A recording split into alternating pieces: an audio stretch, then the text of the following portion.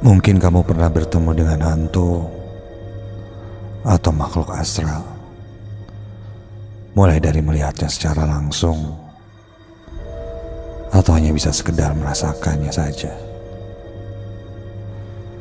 Kepekaan yang biasa dirasakan mulai dari mendengar kegaduhan, mendengar suara atau mendengar benda bergerak dengan sendirinya. Dan pengalamanku ini adalah pengalaman terburuk, sekaligus menjadi pembelajaran bagiku untuk selalu menjaga etika dan perilaku kita dimanapun dan kapanpun.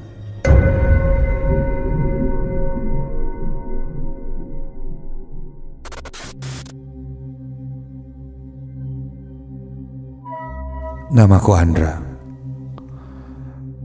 Aku seorang mahasiswa di salah satu kampus negeri yang berada di Taman Sari, Bandung. Rumahku berada di Insinyur Haji Juanda, tak jauh dari kampusku. Biasanya aku ke kampus berjalan kaki, saking dekatnya. Aku juga punya pekerjaan paruh waktu di sebuah kedai kopi yang berada di Bandung. Dan kejadian yang kualami ini terjadi sekitar 1 bulan yang lalu. Ketika aku pulang dari rumah kerabatku yang berada di Cirebon.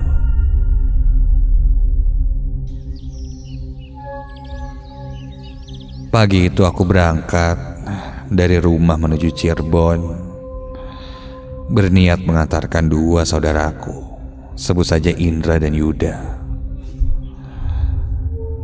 Mereka udah hampir beberapa hari berada di Bandung untuk mengurus pendaftaran mereka ke SMA yang ada di Bandung. Setelah semuanya selesai, aku pun kembali mengantarkan mereka pulang ke rumah orang tuanya yang berada di Cirebon. Kami bertiga berangkat menggunakan mobil dan mulai meninggalkan Bandung menuju Cirebon sekitar jam 1 siang.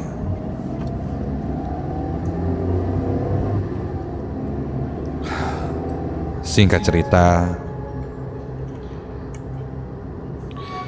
setelah hampir 3 jam lebih kami berkendara, sore itu kami pun sampai di Cirebon.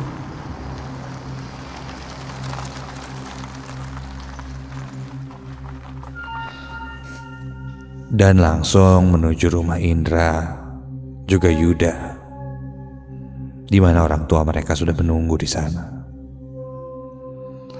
Setelah sampai, aku pun berbincang dengan saudaraku itu hingga sebelum maghrib. Aku akhirnya putuskan untuk pulang, mengingat hari itu hari Minggu dan besok Senin aku ada jadwal kuliah di pagi hari.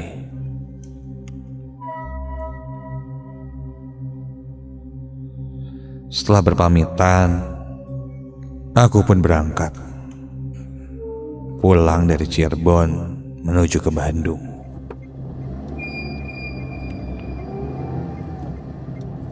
Sore itu kurasa sekitar jam 5:30. Kondisi jalan tidak terlalu ramai. Namun di tengah perjalanan, tiba-tiba saja hujan turun dengan sangat deras.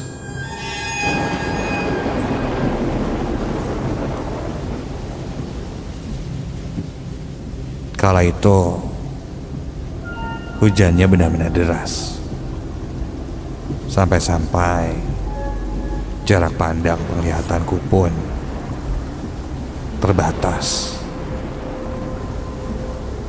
Untuk keselamatan, akhirnya aku putuskan untuk menepi ke pinggir jalan. daripada terjadi kecelakaan.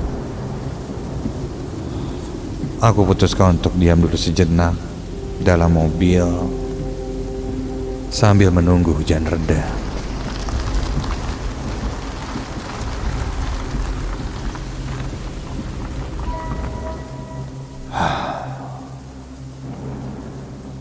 Hujan cukup awet malam itu, hingga tak terasa kondisi jalan sudah gelap ketika hujan reda.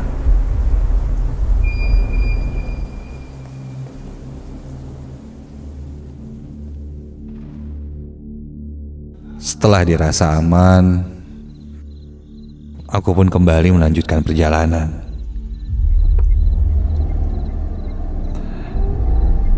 Ketika itu, aku sudah masuk di sekitaran jalan daerah Jatiwangi, yang ketika itu semakin lama semakin sepi. Hanya beberapa kendaraan saja yang lalu lalang ketika itu.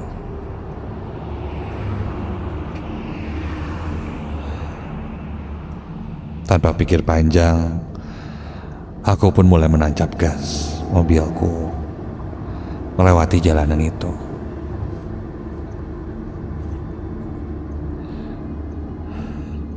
Lanjut ketika itu, kini aku sudah melewati Sumedang dan aku disibukkan dengan sebuah jalanan tikungan yang cukup tajam. Dan ketika itu, aku baru sadar tidak ada kendaraan lain di sekitarku.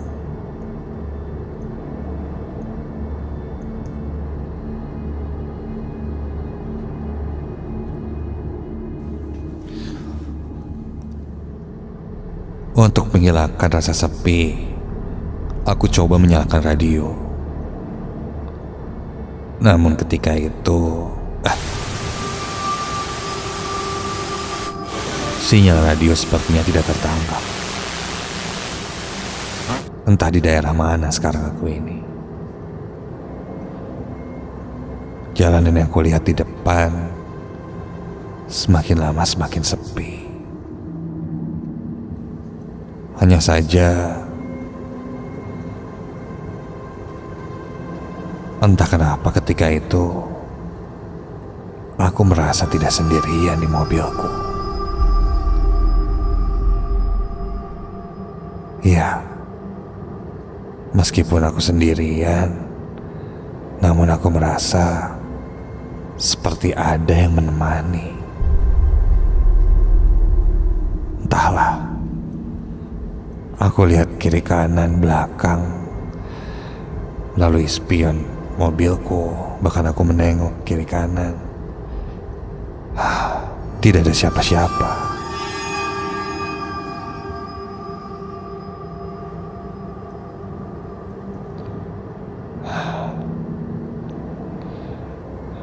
Aku pun coba memfokuskan diriku menyetir saja, melihat ke depan jalan. Sampai tiba-tiba Erika Payung. Astaga.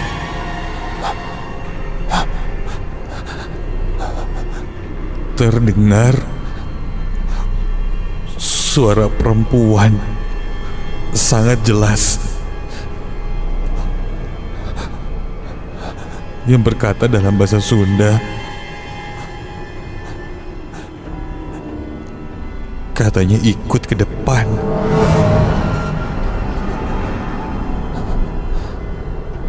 Jujur ketika itu jantungku serasa mau copot. Kakiku lemas dan keringat dinginku mulai bercucuran.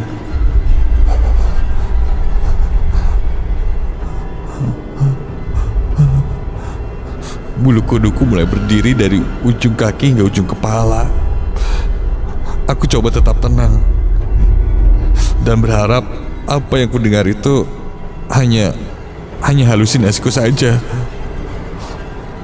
Karena sebelumnya aku sudah meyakinkan diri aku tidak melihat apa-apa di sekitarku, di mobilku ini.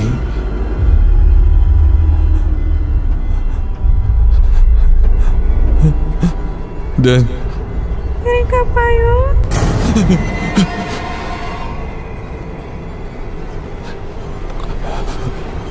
Suara itu terdengar lagi.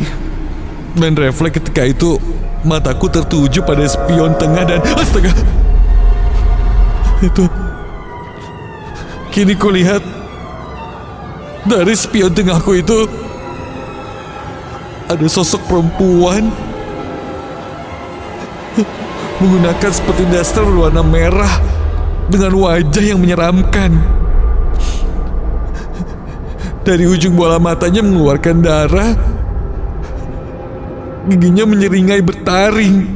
Ya, dia tersenyum dengan matanya yang membelalak melihat ke arahku. Wajahnya pucat. Dan di sekitar mukanya seperti terlihat guratan-guratan merah.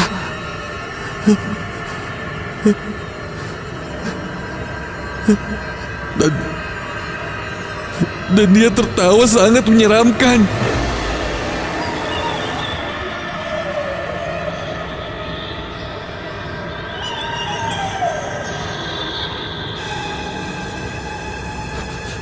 Aku berusaha untuk tetap tenang. Aku memberanikan diri untuk coba berinteraksi dengan sosok itu.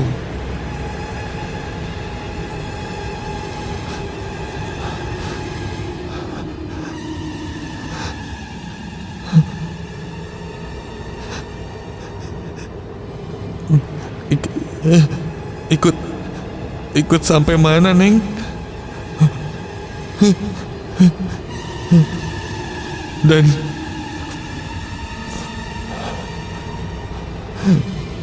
Dan dia tidak menjawab sekalipun.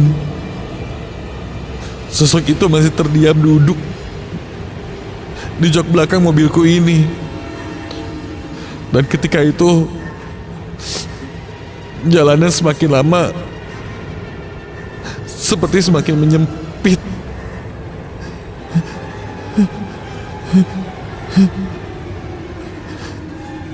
Entahlah aku berada di mana ketika itu. Sampai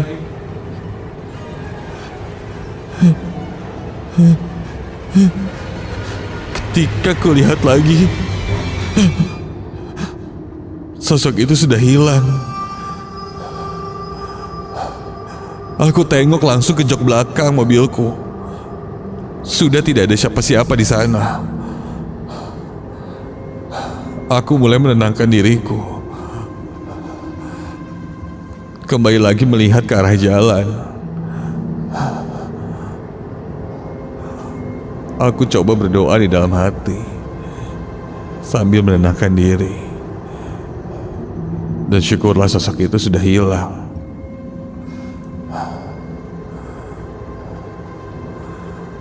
Jalanan semakin sepi malam itu. Aku ingin cepat sampai di Bandung dan beristirahat, melewati mimpi buruk ini.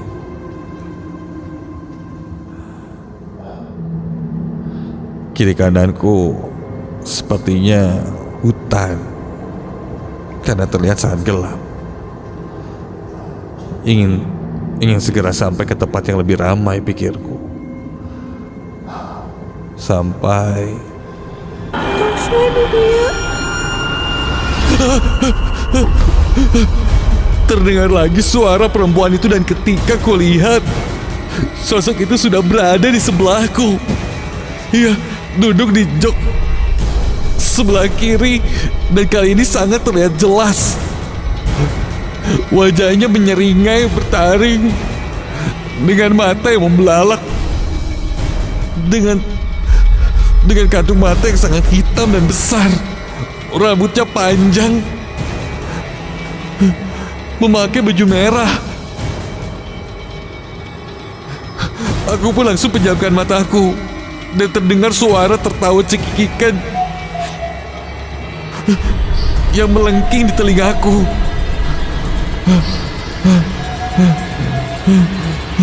Ketika kulihat lagi,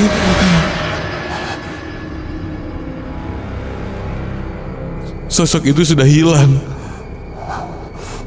Karena parno aku putuskan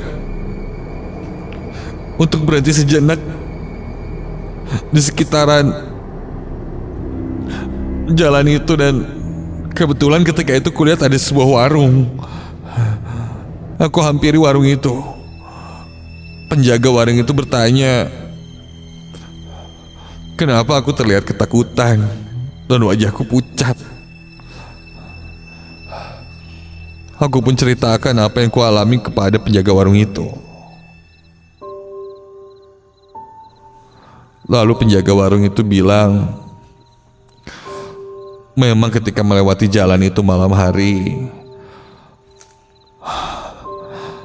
banyak yang tidak berani karena memang jalan itu angker. Ada sosok penunggu di jalanan itu.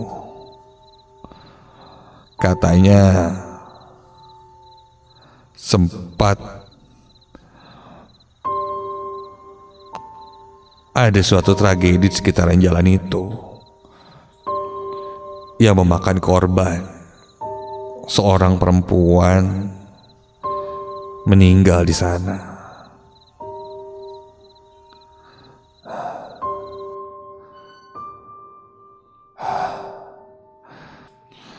Jantungku masih berdegup kencang ketika mengingat sosok itu.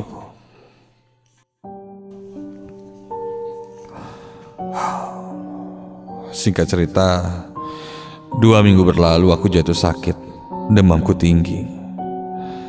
Setelah berobat ke sana ke sini, dokter mengatakan aku tidak kenapa-napa. Karena aneh, aku coba mendatangi temanku yang mengerti hal-hal spiritual. Katanya aku ketempelan sosok perempuan itu.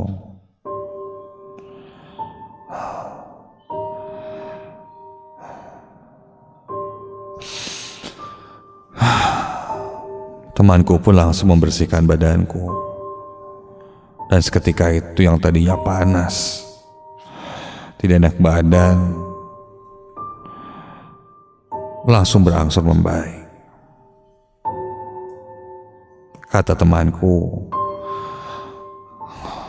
aku sepertinya punya bakat untuk bisa melihat sosok hantu seperti itu. Dan mereka merasa tertarik untuk menunjukkan eksistensi mereka. Bahkan mungkin salah satu sosok seperti sosok perempuan itu